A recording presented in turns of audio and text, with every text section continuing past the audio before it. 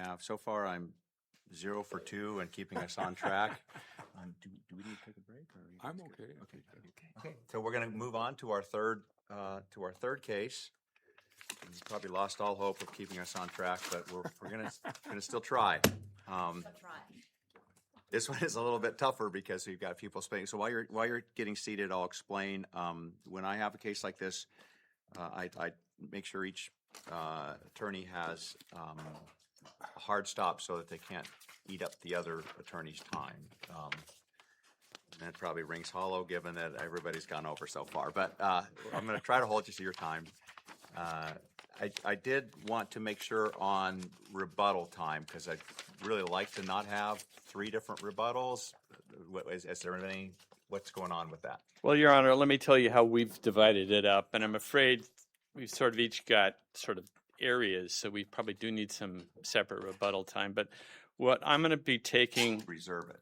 I'm going to reserve it. I have it right here in my notes, you Your actually Honor. have time left on your clock. My attitude is Your Honors take as much time as you want, of course. But So you do want to have, each one of you have rebuttal time. All right, that's going to be... Maybe I can be more specific, Your Honor. What I'm going to address the insufficiency of evidence and deliberate ignorance issues. I'm Carl Gunn. I'm representing Mr. Bai. Yeah. And I may address some of the individual Mr. Bai issues to the extent there's time. Ms. Chin is going to take 5 minutes and address the sentencing issues, which she was the briefer on, but I joined in. All of us joined in. And Mr. Pope wants to use 5 minutes to address severance issues. I'm going to reserve my 10 minutes, 2 minutes for rebuttal. Okay. Well, I'm going to try to salvage something here and try to hold you to that. All right. And if my colleagues have questions, please take as much time as you want. Clear your time. There's no guarantee you will get rebuttal time. All right, Your Honor. I will watch for my time. I see 10 minutes here, and I'll try to watch when it gets to the 2. So we'll go ahead and start now. Each counsel, please state your names for the record when you come up, so we know. All right. And as I said, I'm Carl Gunn. I'm representing Mr. Bai. And to get to the first issue, Your Honor, is the insufficiency of the evidence, specifically the insufficient evidence of a concealment purpose. What really happened here, I would submit, is the government charged the wrong crime. There are 2 possibly correct ways of looking at Mr. Bai's, Mr. Hu's, and Mr. Xi's conduct. One is that it was the completion of the fraud, because the whole purpose of the fraud wasn't to get these amorphous gift card numbers. It was to get money. And what they did was getting money from the fraud. The other way of looking at it is it was them buying stolen property. The people who got the fraudulent numbers wanted to sell them. They found Mr. Bai, Mr. Hu, and Mr. Xi, and they sold them to Mr. Hu, Mr. Xi, and that transaction was done. That's where the government story begins, right? I'm sorry? That's where the government story begins, because I didn't see any evidence in the record of actual participation in the underlying fraud. Correct. I mean, we've all gotten these phone calls saying you've got an outstanding warrant, come down and give us gift cards and the warrant will go away. I've often wondered why it is they insist on gift cards. I guess now I know. And I got one recently, and I gave him a lecture about it getting into some trouble. There's no evidence that your client was involved in that. But I think that's exactly correct. Or if the government wanted to try to prove it, they could. They could charge him with conspiracy to wire fraud or mail fraud or accessory after the fact. If they want to try to prove that, great. If they want to try to prove receiving stolen property, either in federal court or state court, let them try. But this isn't money laundering. You have case law that has expressed real concern about expanding the breadth of this money laundering statute. It's not a common law type of crime. It's this crime that's been created, and the courts have expressed real concern, the Supreme Court and the lower courts, about this not being just a mere spending statute. And you have to ask yourself, I know I don't get asked the questions, but this is a rhetorical question. You have to ask yourself, what else could they have done to get the money? They had to do something with the gift cards. They didn't just want a bunch of gift card numbers. Does the racing, the fact that you've got to do this quickly before before Target cancels the gift cards, does that indicate anything with regard to the laundering aspect? No, it doesn't anything. I think that's just part and parcel of showing that if anything shows more that their real purpose was just to get the money. It seems to me it doesn't show laundering. What about the fact that they would go and sometimes, did I read correctly, that they would get other cards? So they would go. So that sounds like laundering. And it sounds like you're taking something and you're turning it into something else that may not get caught. First of all, that wasn't what they usually did. If you look at the government's opening statement, which they quote at 38 of their brief, they say They use You- electronics, right? usually they bought electronic merchandise. This idea of getting separate cards or buying a small thing and getting another card, that was basically a backup way to sort of keep things frozen so they could get the money later. Look, if you'd look, I'd like to refer you, if I could, to several quotes of Mr. Bai's statements in the chats at page 20 of my brief. This is what he said. If what you bought is not what I wanted, you can get a refund back. If you have 300 or 500 balance, you can buy things and return them. If they cannot be cleared, then just buy and make them physical cards. That was clearly a backup way of making sure they got the money. It may have had a slight effect of concealment, though it didn't, because if you read the Target employee's testimony, they're able to trace them anyway. You wouldn't dispute that if I go in and buy a candy bar with a $500 stolen gift card and I'm handed back a new gift card with 496 balance remaining after my candy bar is paid for, that is now a clean card. That's the laundering. Well, actually, the Target employee testimony says you can still trace to that card very easily. But second, Your Honor, That's what the defendant thought Right. he was doing. He was getting a clean card. But you have to look at his purpose, not the effect, but the purpose. And the purpose here of getting that clean card was only so he could get the money the next day, or buy electronics the next day and sell them to get the money. But couldn't the jury conclude that his intent in doing that was to get a brand new card number which had not been reported? I don't think on this record the jury could have found that beyond a reasonable doubt, Your Honor. It is crystal clear, I think, from the record in this case that what they were trying to do was get the money that the gift card numbers represented. And that was a backup way of doing it if they couldn't buy the right merchandise quickly enough.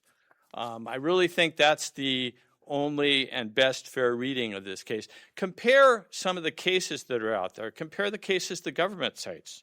Compare the Singh case the government cites. The cases talk about having direct evidence of intent to conceal or purpose of concealment. They talk about having complex transactions. In the Singh case, you had one, a private Hawala system with confidentiality and intricate pickup and delivery procedures, coded words and burner phones, serial number verification I'm system. still struggling with the fact that if I'm coming in with a big gift card, what I would consider a big gift, $500, and I buy something small and get normally you would not, you just keep the rest of your balance on that gift card, but I put it on a different gift card. How is that not to conceal? I mean, the only rational reason I could think to do that would be to conceal the source of the funds, which seems to fall within. Now, you're saying, yeah, but they're ultimately doing it so they can come in to and the card they bring back will not be canceled by Target, but it's still to conceal. It's a quick backstop, though, and you have to look at the purpose. What is their purpose? Their purpose is not to conceal money here. Their purpose is not like your classic business money laundering. Well, it is to conceal, but then you're saying the ultimate purpose is to actually get the money. But isn't that true of all laundering? Like all laundering, you're trying to make sure that the IRS doesn't know or something, so you don't lose the money. But So sometimes you have money already, and you're processing it through 3 or 4 different banks. you're so they don't know concealing where it the money so came that you from. can ultimately have. So Right. it seems But to me you're your not- argument is. Your argument seems to reduce to, no, their ultimate purpose was they just wanted the money, and they did these concealing things to make sure that the money wouldn't disappear on them, but that's kind of always the case with laundering. Right. Well, it's not always the case with laundering, because with laundering where you go through The 3 or reason 4... you're always laundering is because you're worried if you don't launder the money, it will disappear. The government will take it or something, right? No, Or you the don't. victim You will don't. You don't cancel. want it identified as stolen money Because why? Why do you care if it's stolen money? because you don't want the government to charge you with a crime and put you in And prison. take your money away. No, it's not really take the money away. It's also put you in prison and find out you committed a crime. But why isn't the money the proceeds of specified unlawful activity? Oh, we're not arguing on this issue. We're not arguing it's not the proceeds of specified unlawful activity. Okay, so it's dirty money coming in. But right? it's not what the purpose of the transaction. You need a there's 3 elements. You need a transaction. You need the dirty money. Yeah. You need a transaction with the right? dirty Which money. is either to acquire the electronic merchandise or to get a clean gift card. Right. And you need the purpose of that transaction to be concealed rather than just get the money. And that's the problem here. First of all, everything you're asking me about would only apply to the transactions where they got gift cards as opposed to buying merchandise. Clearly, buying the merchandise is not money laundering. And when you have this context and these sorts of factual evidence, But if I receive stolen money and I use it to buy a good, and then I turn around and resell that good. well, for I'm sorry, cash, what was the first statement in here? If you get what? If I get stolen credit card numbers, Okay. or credit cards, and I use the card to buy a good, an electronic item, Correct. and I resell that electronic item Correct. for cash, why isn't that money laundering? Because well, first of all, one of the cases I cite, the Oliaki Oke case, and I'm horribly pronouncing that name, is exactly that case, except he happened to keep the computer and use it instead of reselling it. Yeah.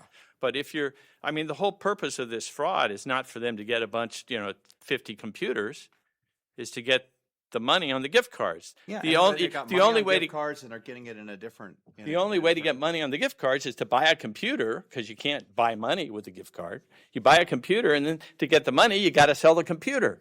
These, in the words of the McGehee case that I cite in brief, is part and parcel of the fraud. The goal of the fraud is to get money, Well, if not gift if card a numbers or money launderer computers. takes stolen U.S. currency and buys Canadian currency with it, isn't that money laundering?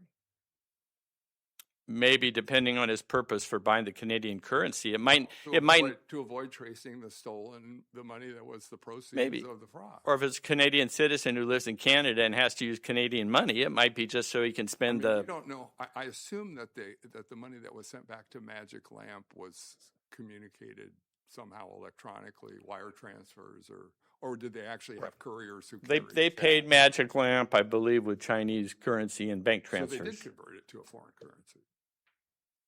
Well, they sold the merchandise and deposited in their bank accounts and then paid. But that was not the. Paid in yuan. I think that yes, but So that was not Why the. isn't that a classic money laundering? But that was not the money laundering that was charged. They weren't charging Was money. there evidence? That was just paying. That was just paying Magic Lamp for the stolen gift cards. With now clean money. Well, with the only money that Magic Lamp could get, or that was the only way Magic Lamp was going to get money. Well, they could have sent them some Target gift cards No, they couldn't have because they because they needed. they didn't want the card. They wanted money. The whole purpose of the fraud was to get money. We're taking you over, and I'm trying to move. I'll make sure and give you a minute on for rebuttal time, and we'll move on to your co-counsel. All right. Well, I think the government. Okay, I'm sorry. Miss, Yeah. I think I'm gonna look at the wrong side. one of the other council is going to address their issues. Sounds good. Thank you.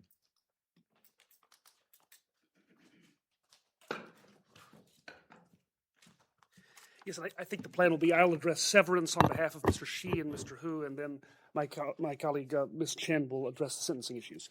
Good morning, Miles Pope for Tyrone Shi, and I'll be addressing, as I just said, the severance issue on behalf of Mr. Hu and Mr. Shi, and I will try to reserve 1 minute, which may become 30 seconds, for rebuttal. The district court's failure to grant severance in this case meant that the jury heard highly prejudicial evidence that went to the heart of the most hotly contested issue in the trial, Mr. Hu and Mr. Shi's mental state, their awareness that the gift cards had been fraudulently obtained. The government's brief does not seriously contest the prejudicial nature of this evidence.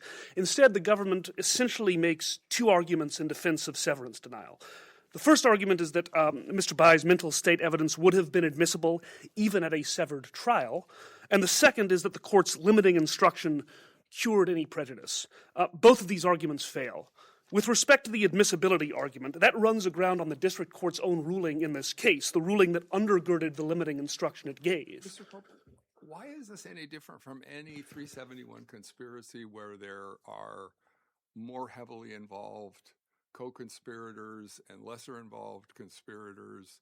The Pinkerton rules apply. If the jury finds that the activities were in furtherance of the conspiracy that the defendant knowingly joined, he's liable under Pinkerton for all of the violations that reasonably flow from that type of a conspiracy. Well, to the extent, two responses to that. The first is, again, we have the government's or the district court's own conclusion that the evidence that was against the Bai mental state evidence was not admissible and could not be used. And the jury was told, don't consider this evidence with regard to the other two defendants. This pertains only to the actions of Mr. Bai. So that, and perhaps I'm syncing up with you now. That goes to the issue of the adequacy of the instruction. I think the adequacy of that limiting instruction, whether that limiting instruction was enough to. It's a pretty standard instruction, and then the jury was again reminded during the final set of closing instructions that they were to separately consider the evidence as to each defendant, and that their determination of guilt or innocence on one count as to one defendant should not influence their determination of the evidence as it pertained to the other two. Well, a few issues that I see with that limiting instruction. The first was, as the briefings articulated, the timing at which it was given. So a limiting instruction, especially as it pertained to exhibits 178 and 181, which were particularly damaging exhibits, was given Friday afternoon before they were testified to. And then the jury, at the very end, they're not testified to at the time the limiting instruction is given. The jury comes back on Monday, and the court turns to the witness who's going to testify, not the jury, and basically reminds the witness this is under a limiting instruction, but that's not relevant to the witness. The witness is going to testify to it. It's the jury that needs to be reminded of that. So the timing is problematic. There are multiple. Go ahead.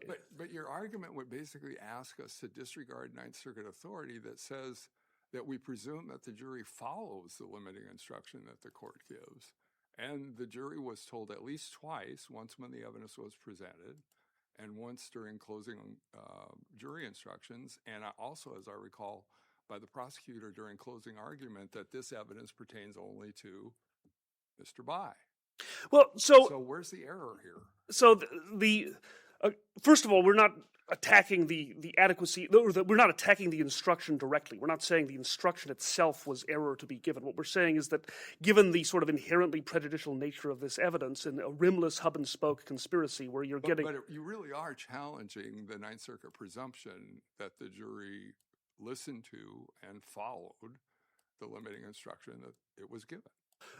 No, I resist that. I'm not challenging the presumption. Well, you're arguing that they forgot about it over the weekend, and so the court should have reminded them again on Monday when the witness got on the witness stand. The presumption can be overcome, and what I'm trying to point to with respect to that example, and there's a list of other issues with sort of the specifics of this case, is that in this case, that presumption was overcome. So one of the other key points, just to jump to sort of the crux, is the prosecutor's closing argument itself invited the jury to look back to the prosecutor began with these exhibits that were inadmissible against Mr. Shi and Mr. Hu, and discussed them at great length. That was the opening line of the closing statement.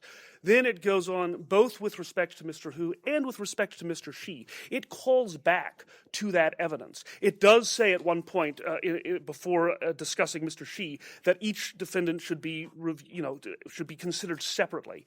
But what the jury instruction told them. Well, the jury instruction says more specifically you cannot consider certain evidence against the defendant. They don't repeat that. The prosecutor said, now I'm going to turn to the evidence with regard to Hu and Shi. Did he? But they in both the Hu I guess in the Bai arguments they reference Mr. Hu and they blend the evidence and refer back to the inadmissible exhibits.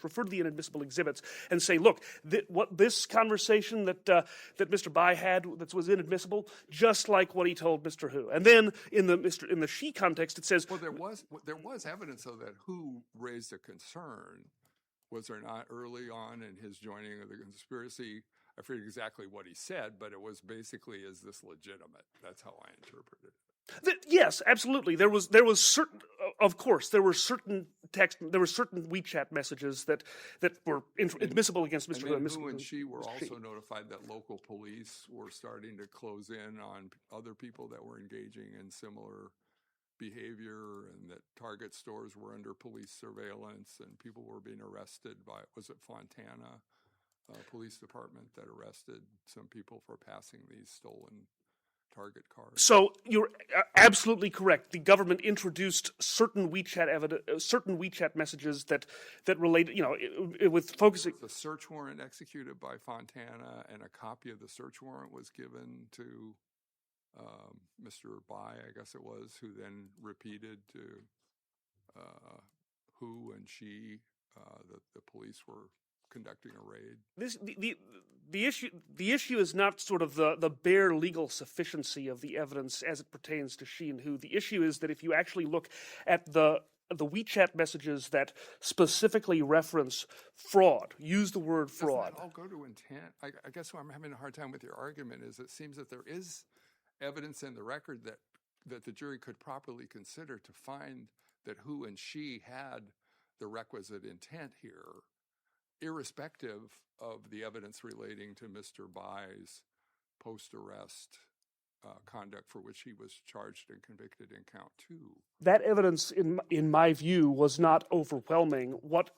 But it's not a question of overwhelming. It's a question under the Virginia case as to whether or not a reasonable jury, it's sufficient to support a reasonable jury's conclusion of guilt beyond a reasonable doubt. So the issue with respect, the issue again is not, and I apologize for misunderstanding the question, but I'm not challenging again the bare legal sufficiency here. What I'm arguing is that the failure to sever the case and the fact that the jury heard all of this other evidence about Mr.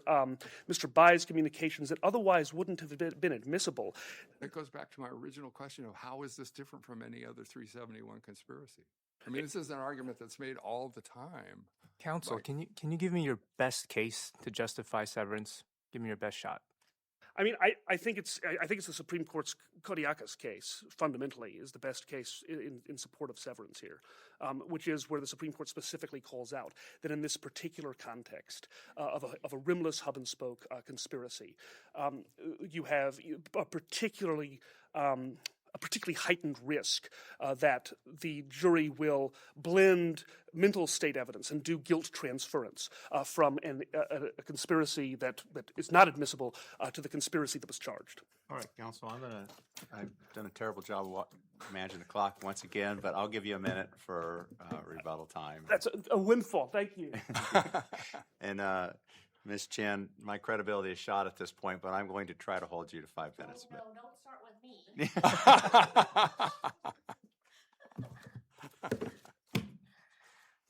You make me talk faster if you start with me, so. May it please the court, Davina Chen on behalf of Bowen Hu. I'm going to argue the sentencing issues as to all of the defendants, but I'd like to focus today on the 2-level enhancement under 2S1.1B3, which the court imposed on top of the 4-level enhancement under 2S1.1B2C.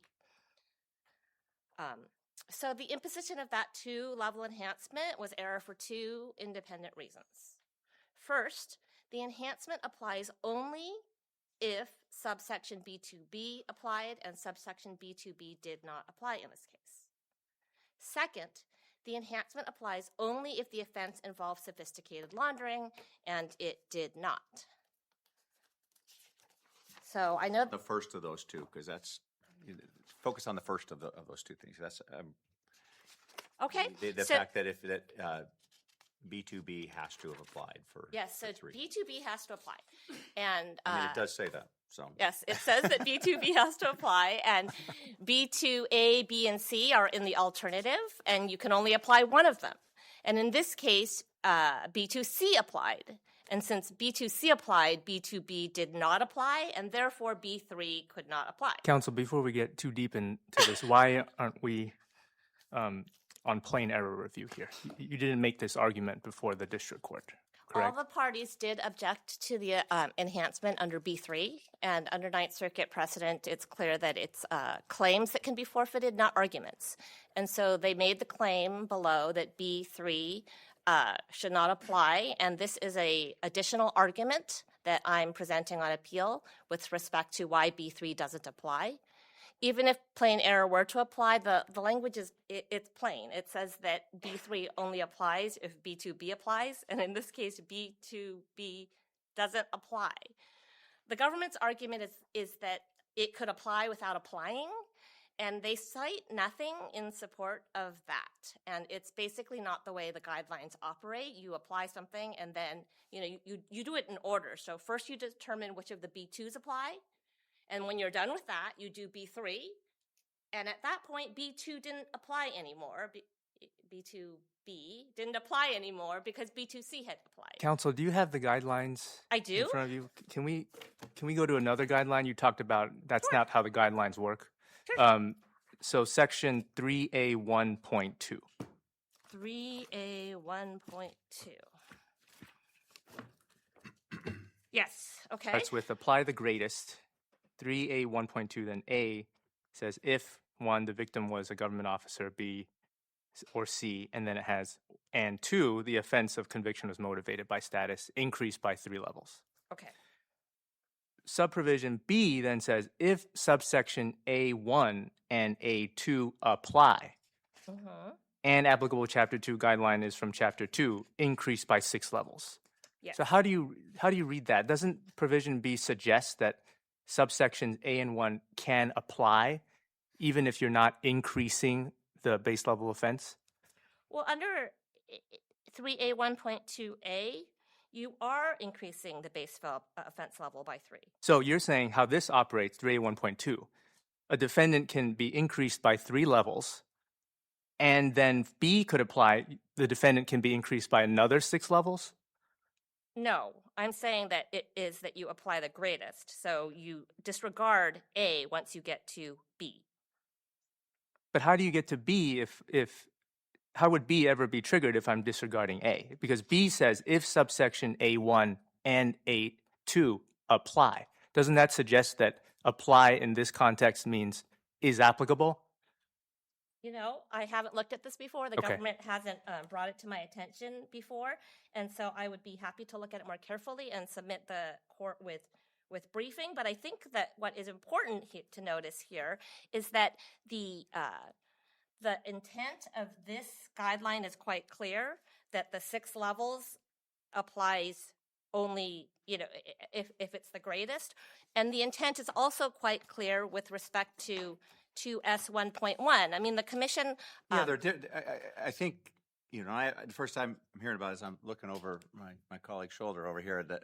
But I think if this was like that, Yes. then you would either apply B to B and put 2, or you would apply 3 and put 2, and the 2 and 3 would just knock out the 2 and B2. But that's not what they're trying to do, right? They're trying to stack them on here. I'm not... What I'm saying is that they're not trying to stack them. Right? No, but I'm saying the government's position. Yes, the but government's exactly. position is that they stack here, but the other one that they don't stack. It's one clearly Exactly. one replaces the other. So I'm not sure that this would be the same as that other example, because this is not an attempt to stacking. stack, which I think it's clear that the other one's meant to stack, whereas this one the other one is to replace. You either do 3 or you do 6, and the greater of, and then in this one you would do 2 or 2 if you approach it the same way. It could be 2 and 2, which would be 4. And I think this is really significant. I mean, when I was preparing for argument, I broke down 2S1.1 a little bit so that I could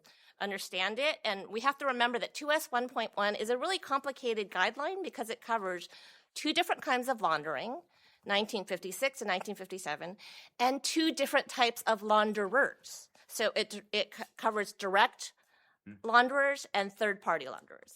And it's very careful in terms of its proportionality.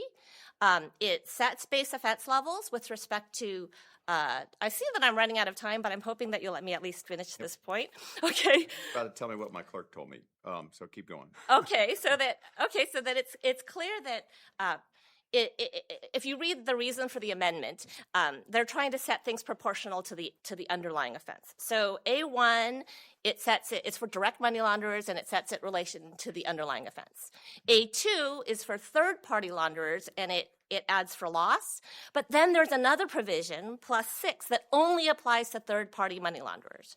So these first parts, A1, 2, and B1, are all about what is the underlying conduct. And then we have these other provisions that are about what is the laundering conduct. And 2A and 2B apply to direct launderers and third-party launderers equally, okay? So if there, I'm getting to go the ahead, key finish. point. I know it's like a huge Okay. setup, It Judge is Tallman. very confusing. Can I get to my Yes. key point? Yes, Yes. Okay, so then for the direct launderer, you skip over C. C cannot apply to the direct launderer. You go all the way to 3. So the direct launderer can get +4 if they get the 2 under 2B and the 3.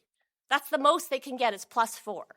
The third-party launderer also can at most get +4 because they go to C, and the commission hasn't bothered even requiring that they be sophisticated for them to get the +4. The commission is giving them the +4 for being in the business, but there's no indication that they also would get a +2 on top of the +4. The +4 is the ceiling. Isn't the government's position that they were, in essence, in the business of laundering funds? Because there was no evidence that they actually participated in the underlying fraud that produced the stolen cards and numbers to begin with. Yes. Yeah. So that's why they get the +4. Okay. But they don't get the +2 on top of the +4. Okay, then right? let's see. We'll see what they have to say if that's correct. All right, I think I'm going to cut you off at 8 minutes and give you another minute for rebuttal, just like everybody else. Thank you, Your Honor. Thank you. And since we're going to hold the government to a higher standard in 20 minutes, if possible. 20 sounds like a long time, so.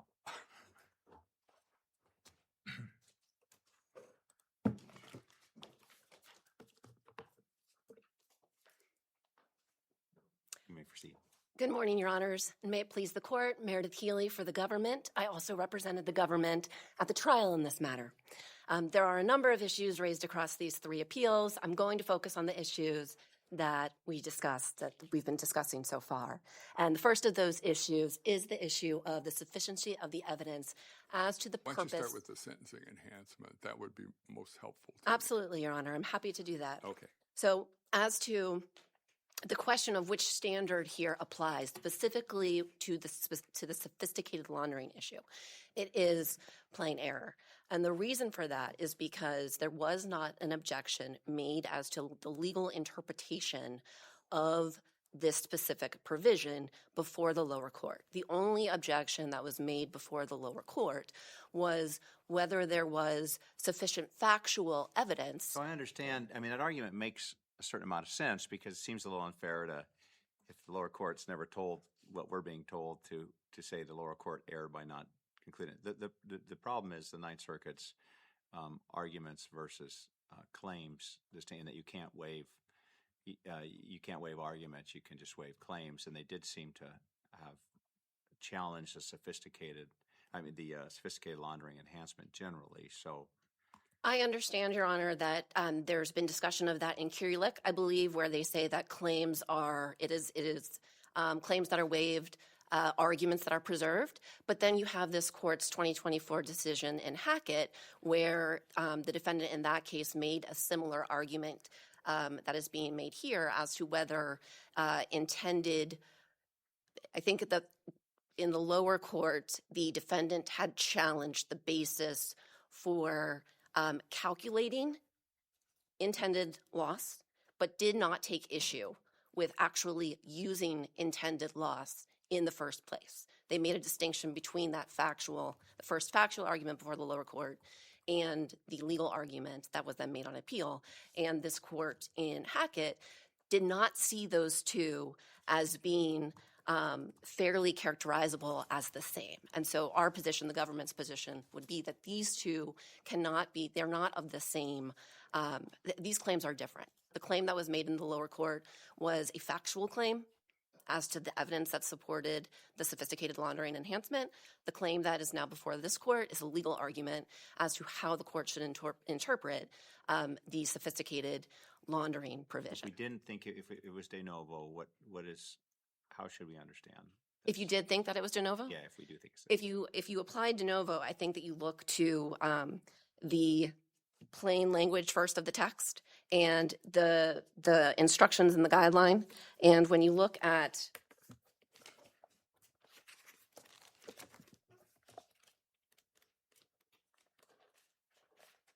Because when I read it, while you're turning it, when I read it, I see 3, it says, if subsection B2B applies. And the government's argument is, well, what that means is if it could have applied. And I think our colleague, Judge Tong, pointed out another section where it makes sense to read it that way.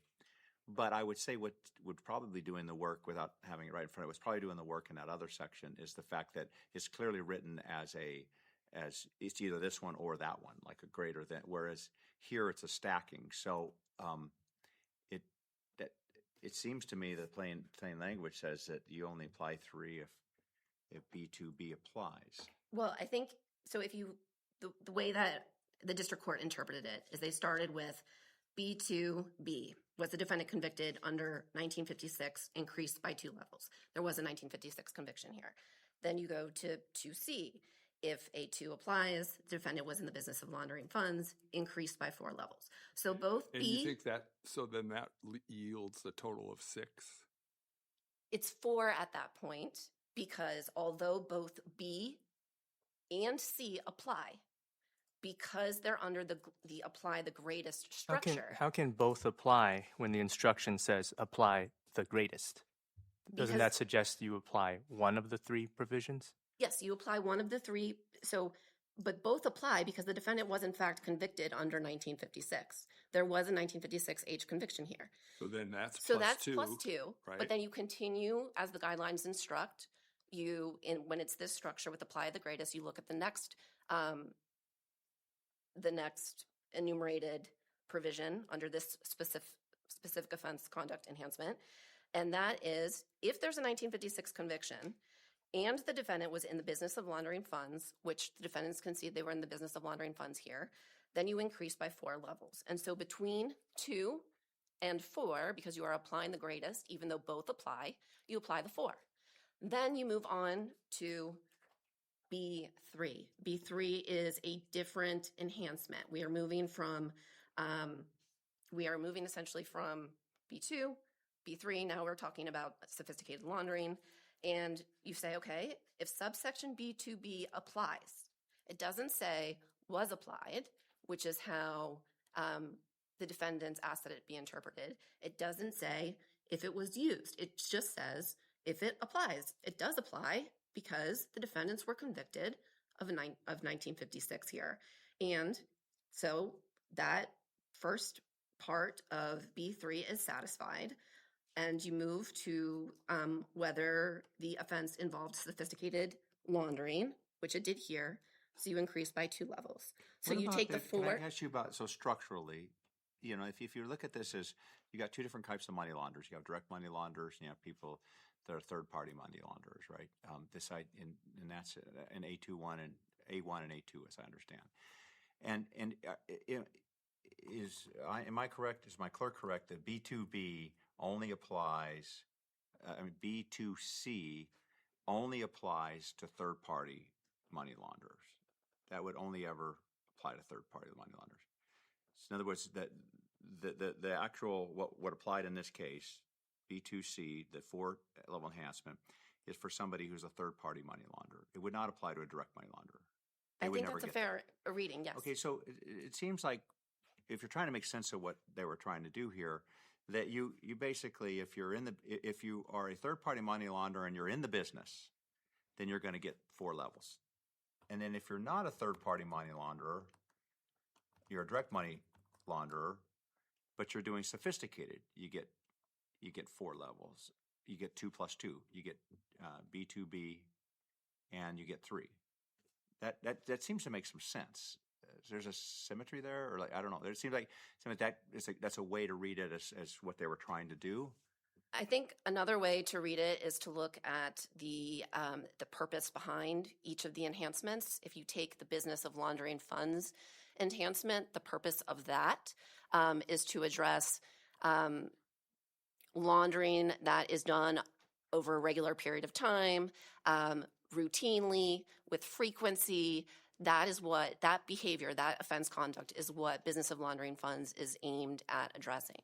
Sophisticated laundering has a different purpose behind it. Sophisticated laundering, the purpose of that is to address conduct that is intended to make it more difficult for law enforcement to detect the laundering, trace the transactions. And so from a purpose perspective, the two enhancements are intended to address different conduct. And I think But Judge Van Dyke's argument, if I'm understanding the question, and also Ms. Chen's argument, which is structurally, if you were right, a third-party money launderer could be enhanced more than a direct money launderer. The ceilings would be different. Why would it make any sense for a third-party money launderer to have a ceiling that's higher than a direct money launderer?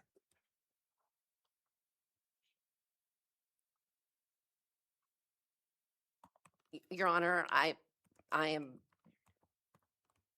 One moment, please. Sure.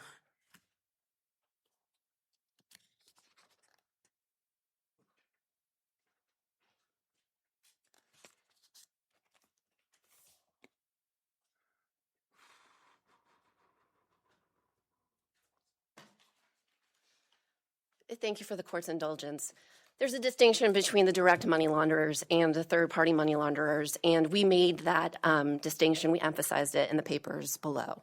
And the distinction is that the direct money launderers, they are laundering their own proceeds. They are laundering their own, the money from their own underlying conduct. It is the third-party money launderers who actually are facilitating others' crime. They are encouraging and allowing the conduct of other criminals to continue. And so that is why those individuals should have a higher enhancement as well. The other thing that I would mention for your honors is that there hasn't been a case out of this court or any circuit that has interpreted this provision the way that the defendants asked that it be interpreted. And in fact, the 11th Circuit in 2024 affirmed a sentence in which both the sophisticated... Published in this Yes, Your Honor. Indramoth case in this unpublished opinion, is that right? Yes, Your Honor. And Wilson, Grant, Lagoa, which I hate to argue with them, but it doesn't seem like they really grappled with, and they didn't have the benefit of Ms. Chen's argument either. So, you know, We are certainly, Your Honor. I'm not. Be a little bit of a drive-by thing going there. I only acknowledge that the sentence was affirmed, and that no court, no circuit court has interpreted it the way that the defendants asked that it be interpreted here. I mean, this is a pretty sophisticated scheme in the sense that it involves foreign countries, different currencies, the urgency of spending these cards before the victim discovers the fraud and deactivates them. Yes, Your Honor. We thought that there was ample evidence before the lower court to support the finding that there was sophisticated laundering here. I mean, and this was a 2-week trial, right? The court sat and heard all this evidence. That is correct, Your Honor. And the evidence showed that a victim could be defrauded, go and purchase a card, and 13 minutes later, that card was purchased in Illinois.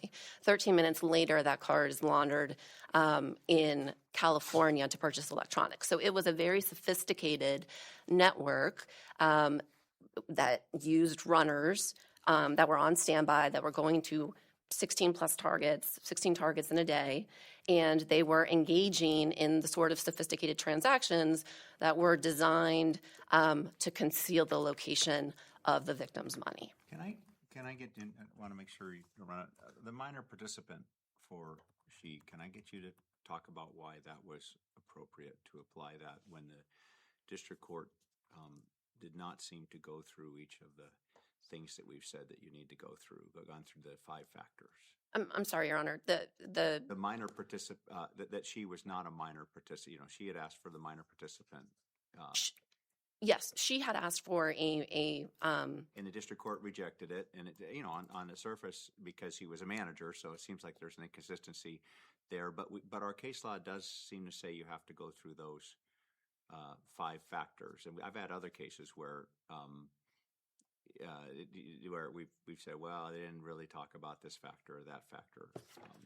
I think, Your Honor, the district court sat through a 2-week trial, as you know, heard testimony from 27 different witnesses, saw the hundreds of exhibits that were exchanged via WeChat between all three defendants, and saw the messages specifically involving the defendant Shi, where he exercised control over. Yeah, so it seems to me completely supportable, to be clear, my question, because it's completely supportable that she was not a minor participant to reach that conclusion. I guess the bigger question is almost a procedural one. Did the district court procedurally do it right in rejecting that by apparently just relying on the fact that he was a manager, that he had people under him, as opposed to going through the 5 factors that the commentary talks about,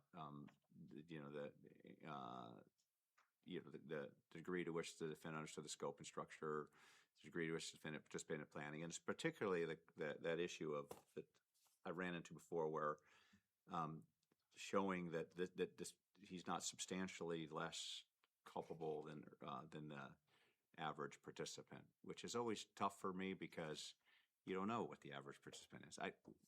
Why did he not err in that regard? I apologize, Your Honor. I guess, the record here is very vast. I don't know that minor role was actually addressed before the district court. I think during the sentencing hearing, the only issue was the application of the +3 for the manager supervisor. I don't think that there was. I don't think that Mr. Shi's counsel argued for the minor role enhancement to apply, so it wasn't before the court to consider. Who over here would address that on your side? Okay, so I'll ask you about it when you get back up. Okay. Okay. But if you have nothing more to say on, that's fine. Not at this time, Your Honor. Other than I think that in Defendant Hu's excerpt of record at pages 46 to 47, I think there is some discussion of Mr. Shi at during the sentencing hearing.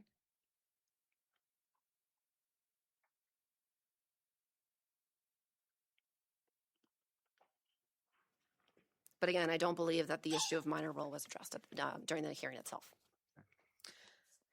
Would Your Honors like to hear about the purpose of concealment, or would you like me to turn to the severance issue?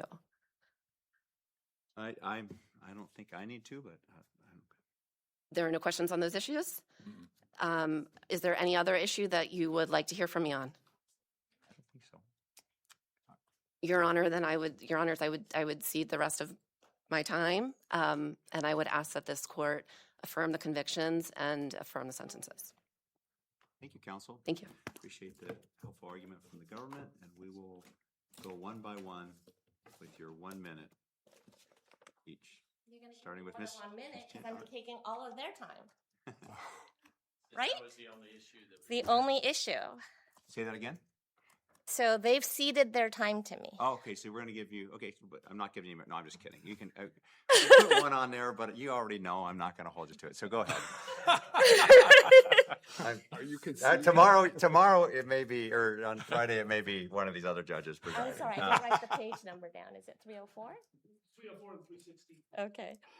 So I just first wanted to address very briefly the Shura issue before I forget, because I will get rolling and I will forget. So Mr. Shur did raise this issue at ER 304 and 316. The government responded to it in its papers, and Ninth Circuit law is, again, very clear that nothing more needs to be done to preserve a sentencing guideline error than raising it in your paper. The fact that it wasn't discussed at argument during the sentencing is not relevant under the Ninth Circuit's law. And it's clear in this case that the judge didn't think he needed to address it because, as the probation officer had said, since aggravating role applies, mitigating role doesn't apply. So with respect to whether it was raised, I think it was clearly raised, and I think that the district court clearly erred in denying it without any discussion. What did it need to have discussed? It needed to have done the analysis. I'm going to use up all my time on this. It needed to have done the analysis of all the factors that would have made it a mitigating role. And the interesting thing about aggravating role is if you supervise only one person, you can get an aggravating role adjustment. So if you have an operation that has 100 people in it and you're number 99, you could get an aggravating role adjustment because you supervised one person, right? But you're still a mitigated role with respect to the 98 people above you. So they're not mutually exclusive the way that the probation. Is that what we have here, though? You described the hypothetical factual situation. Well, we could talk about all the magic lamp people. We don't know how many magic lamp people there were. That's a common problem that I've seen in the is we always say, well, I'm a really low person on the totem pole. I can't tell you anything about the myriad numbers of people in this vast criminal conspiracy above me. Even though I think it's supposed to be their burden to show that to get the minor role, but we're just supposed to assume that it's really big up. It's really top. All the criminal organizations are super top heavy. And I'm the bottom person or the second from the bottom person. He's like the second to the bottom person, right? Sure, because there's like Magic Lamp. Well, before Magic Lamp, but how can we consider that? How can we consider that? And I'll make sure you get to your other issues. But seriously, I'm curious about this because I've ran into it in another case. How can we actually consider that? Because nobody's really. This is kind of par for the course. Nobody ever gives me. Here's the flowchart criminal organization of the triad that I'm part of. Like they don't do that. They just. They want us to assume. They say, I don't know anything about this, because that's one of the other factors. I don't know anything about this organization, but then their attorney does a good job of arguing that it is, though. We all know it's vast and that this is a low-level person. It's just the commentary factors are they're not good. I don't like them. They're not. They're hard to. They seem like they always weigh in favor of somebody getting a minor role adjustment as long as they say they don't know anything about the organization. Okay, so two things. One, the Sentencing Commission operates in a mysterious manner, and so you don't like them. But what we do know about minor role is that in 2015, they promulgated an amendment saying people are not getting minor role enough. They are not getting minor role in the way we intended them to. So now we've got this huge list that district courts are required to consider before they make a decision. So even though you don't like it, the commission wants more people to get minor role. Well, why are they required to consider the commentary when the guidelines themselves are not binding? So that's a really interesting question. The Ninth Circuit, after Kaiser, held that the Ninth Circuit, the judges are required to consider these factors. So whether that's correct or not, I don't. What case are you referring to? Clench? I think you're referring to Clench, but they also said in Castillo, they said they said something kind of the opposite in Castillo, not about this issue. Not about this issue, though.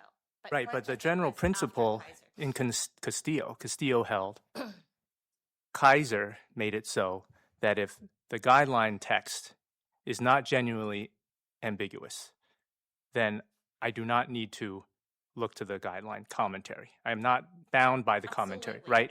Why wouldn't that principle apply here? Well, it would, except for two things. One, Castillo was about the guidelines added onto, the commentary added onto the guideline, right? So the guidelines said you had to have these kind of crimes, and the commentary said, and conspiracies, et cetera. So that was a case. Whether it added to or not, it was a spin or an interpretation on the guideline, right? And we have that here. We have an interpretation of what minor participant means, and we're asked to look at all these what factors. happened to our discussion and the en-banc decision in Cardi, where we said the district court does not have to engage in a long dialogue as to all of the factors that it considered, as long as a reviewing court can ascertain from the record the court's reasoning. And we can look at the evidence and the pre-sentence report in particular, which the district court adopted, and answer the questions, even if we were to apply those factors. I'm not so sure that that's the case with Mr. Schur and mitigating role, honestly. So trying to answer all these questions in order. One, I think that, the question whether minor is ambiguous or not, and because if it's ambiguous, then we can go to the commentary, is quite a different question from Castillo, which is whether substantive offense is ambiguous in such a way that we could go to the commentary and decide that a conspiracy is also a substantive offense. So But you agree that if I find that minor participant is not genuinely ambiguous, right? That's Kaiser's language. And I have to exhaust all the traditional tools of interpretation. I look to the structure, dictionary definitions, and all the rest. And after all that process, I find that minor participant is not ambiguous. I don't need to look at the factors, agree right? with that. Okay. I agree with that. I just think it's possible that the word minor is ambiguous. And then even if it were or were not ambiguous, this question about like how does the person who's at the bottom identify the roles of all the people on the top? In this case, he couldn't, but the record was very clear that there were quite a few people on the top, right? There were the actual fraudsters. Like there's no suggestion that Magic Lamp was the actual fraudsters, right? So there are the actual fraudsters, then there was Magic Lamp, then there was Bai, and then there was Hu, and then Hu allegedly recruited Shu. Hu is my client, so I'm not going to say he did recruit Shu. But what I'm saying is that in terms of minor role in this operation, there is a question that it was minor, and Judge Brott did not answer that question, right? He didn't address it at all. Can't we look at the sentence he imposed? I mean, Can't we look at the sentence Bai imposed? got the most, then she, and then who? Yeah, so he was Right? no, it was the other way. Other Bai way. got the most, Hu got the middle, and Shu got the least. So we Okay. know that at least the judge did think he was the least culpable, but he didn't go through the analysis, which is still required after Booker, after Kaiser, that Why you can get the we not- why guidelines can right. we not look at the contents of the pre-sentence report, which is pretty extensive as all Right, three exactly. The pre-sentence defendants? report said he couldn't get minor role because he got aggravating role. Right. Right? That's what it said. It didn't say, I've done the analysis with respect to Said minor it role. supervised the co-conspirator. Right. Yes, Yan Fu or second sister.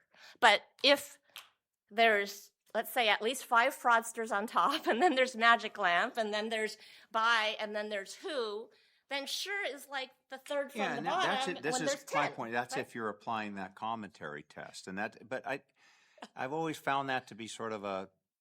I mean, in some ways, it sounds like you're saying, yeah, the commentary language here leads to one conclusion, but I'm not sure that if we were to just ask whether or not this person's a minor participant, relying on sort of common understanding of minor, that we would that it seems to be pretty easy to uphold the denial of a minor participant, because this is somebody who's managing other people.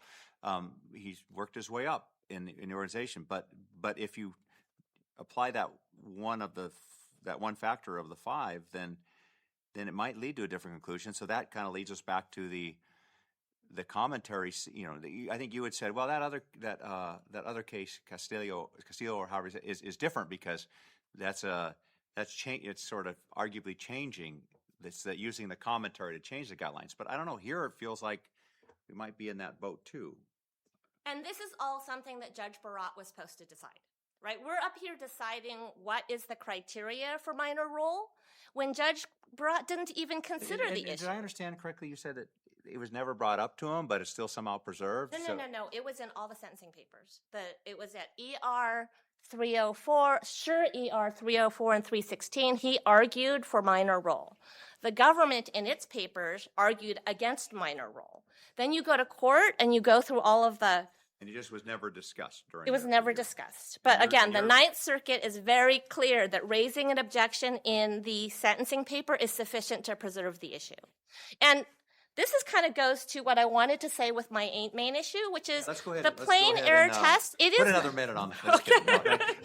But let's get to what you wanted to talk so about. like that goes to like whether it's plain error or not. And I think I heard you say that that's not really fair to the district court judge if it wasn't discussed. But in the Supreme Court case of Henderson, the Supreme Court was really clear that plain error is not like a system to judge, scoring system for judges. So it really isn't a matter of whether it was fair to the district court or not. It's a matter of whether there was error. And this is an error that, takes years out of the lives of our clients.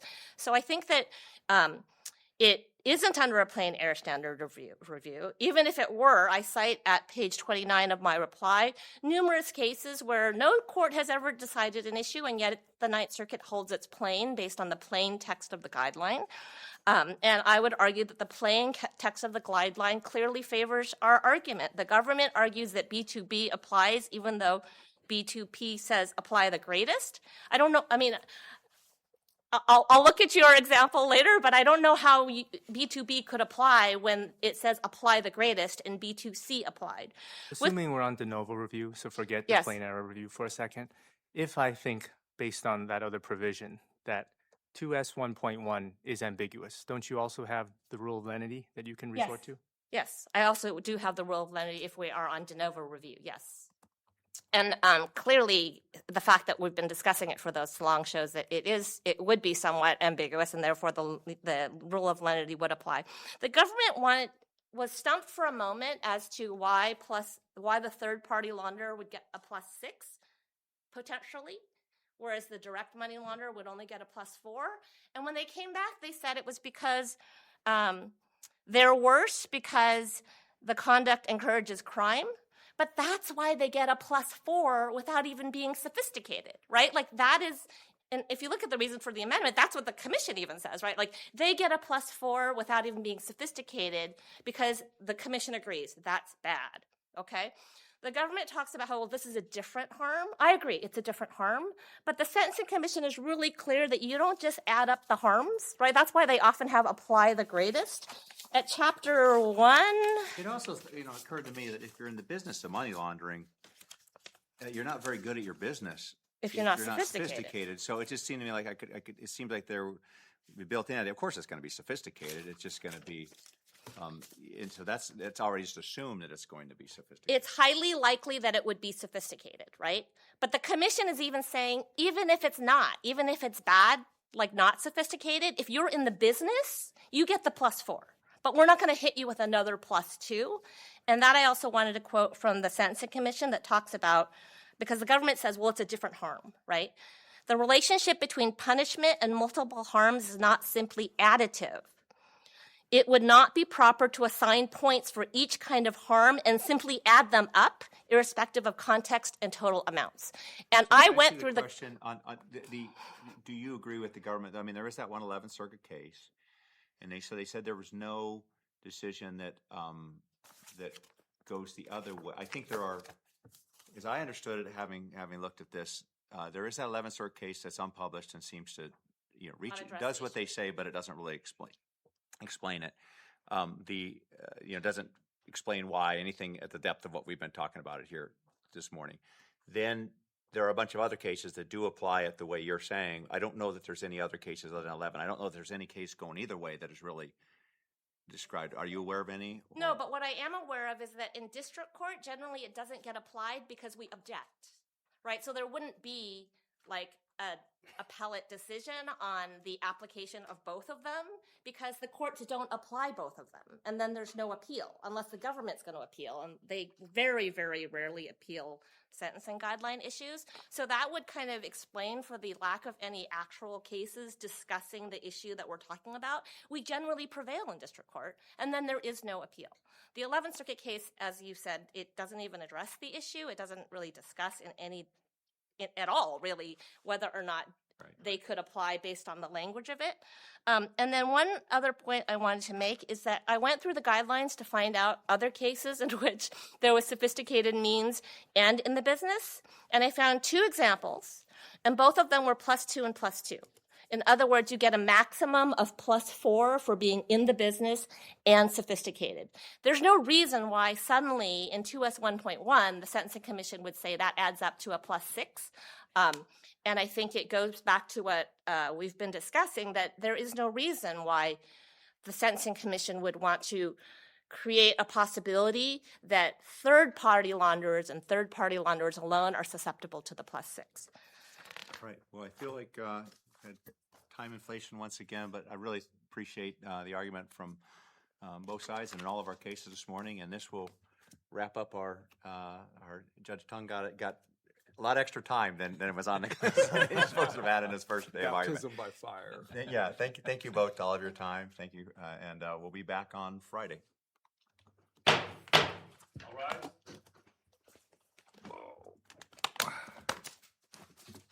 Thank you.